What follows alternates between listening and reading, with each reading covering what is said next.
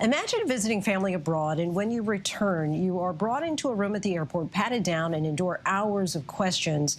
That's what happens to some people who are part of an FBI watch list. And while its mission is to keep our nation safe, some people on the list claim that their only crime is their faith. ABC's Trevor Ault brings us this in-depth report.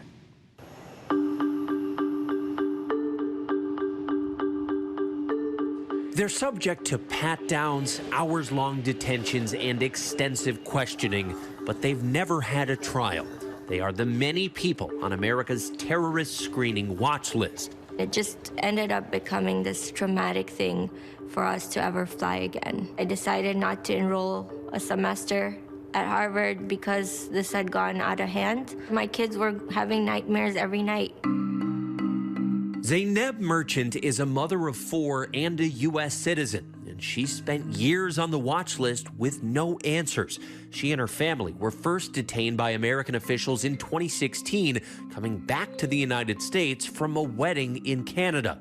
My husband was questioned for quite a while, and I was holding the baby, and then it was my turn. We were there overnight. All I remember is maybe we're gonna die today because, I don't know why this is happening to us. From that moment onwards, it was just scare tactics after scare tactics.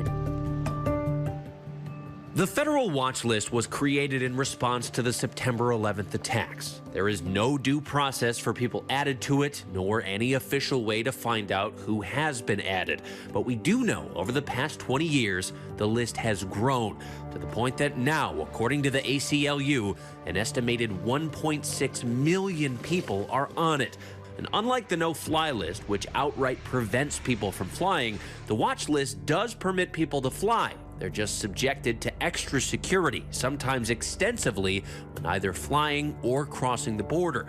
The Terrorist Screening Center says people on the watch list are known to be or reasonably suspected of being involved in terrorist activities. But Zainab says the only thing she's guilty of is being Muslim. They have somebody following us the entire time, from the security all the way to the boarding gate. They're right there.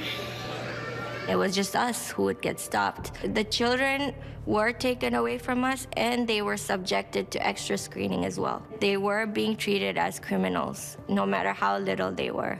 Zainab says things took a turn when she was approached by FBI agents in Orlando. There were 2 agents that contacted me. They said that we need information about your mosque and your community. And if you help us be an informant, we will help you get off this watch listing program. And I said, absolutely not. I'm a mom. I'm not a spy. I don't care if I'm gonna be on this longer. I'm just not gonna do this. ABC News reached out to the FBI for comment. Their response, the TSC can neither confirm nor deny whether an individual is on the watch list. After that meeting, my treatment got progressively worse. There was a time where they took my laptop and they released a whole bomb squad on me at the airport. There was a time when dogs were unleashed on me. They took out a whole team of dogs to search me. And then there was this harrowing incident at Logan Airport in Boston. That day, they were trying to strip me of my dignity when they didn't believe that I was on my period. Even though I went on through the scan, everything was clear. The female officers patted me down and they said there's something in my groin area. And I said, yeah, it's my pad. I'm on my period. And I remember them snickering at each other. And they said, we need to do a private screening of your groin area. They said, you can't turn back. I was like, okay, I'm gonna be shot, or I cooperate with them. I said my final prayers as a Muslim. I had no one to call and no one to say anything to. It's that feeling of utter helplessness, and I was ready to die. And they removed my pants and they saw the blood everywhere, and they quickly just scurried out of the closet. There are many others like her. 69-year-old Abdul Qadir Nur, who goes by Inu, is also a U.S. citizen and also on the watch list. He's done humanitarian work with the UN in his native Somalia and all over the world. That work requires him to travel frequently, but every time he does, his boarding passes are marked with these 4 S's. It means secondary security screening selection. In addition to extensive questioning, he says every time he travels, his electronics get confiscated. This is how the government sent back his phone. You know, when I fly worldwide, I've never have any problem. Actually, I've been respected and welcome everywhere. But when I'm coming to my country, United States, I feel like I'm criminal. Have you ever been convicted of a crime? No. Have you ever been charged with a crime? No. Have you ever been investigated for committing a crime? No. According to TSA, a typical enhanced screening process takes 10 to 15 minutes. But Inu and Zaineb say they've both missed flights due to secondary questioning at airports, even when they arrived 3 to 4 hours early. Inu has now filed a lawsuit with the Muslim civil rights group CARE in hopes of removing himself from the watch list. That process, even if it's successful, could take years. It's possible that he gets removed from the list and never finds out why he got put on it. While the watch list is largely shrouded in secrecy, the government and some experts insist it's a necessary security tool to protect the United States from further terrorist attacks. The terrorist threat facing the United States after 9/11 was from Al-Qaeda and then ISIS and their affiliates, and that was from one side of the Muslim sort of world. We still need a watch listing system and enterprise. I just think it needs to be refined, it needs to be optimized. Zaineb says she was taken off the list shortly after this.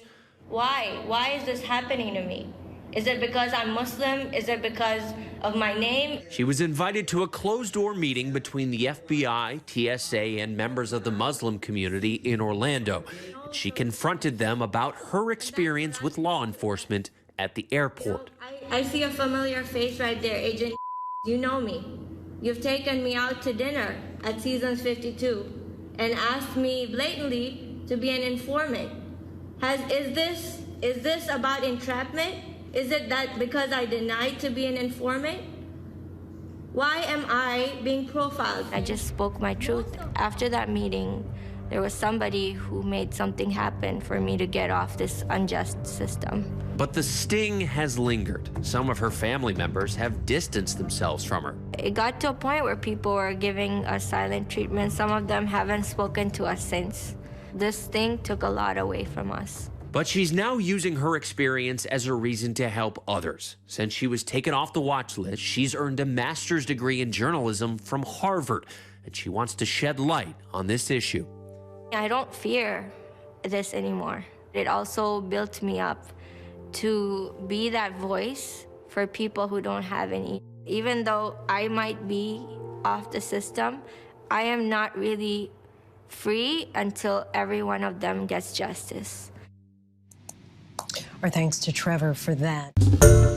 Hi, everyone. George Stephanopoulos here. Thanks for checking out the ABC News YouTube channel. If you'd like to get more videos, show highlights, and watch live event coverage, click on the right over here to subscribe to our channel. And don't forget to download the ABC News app for breaking news alerts. Thanks for watching.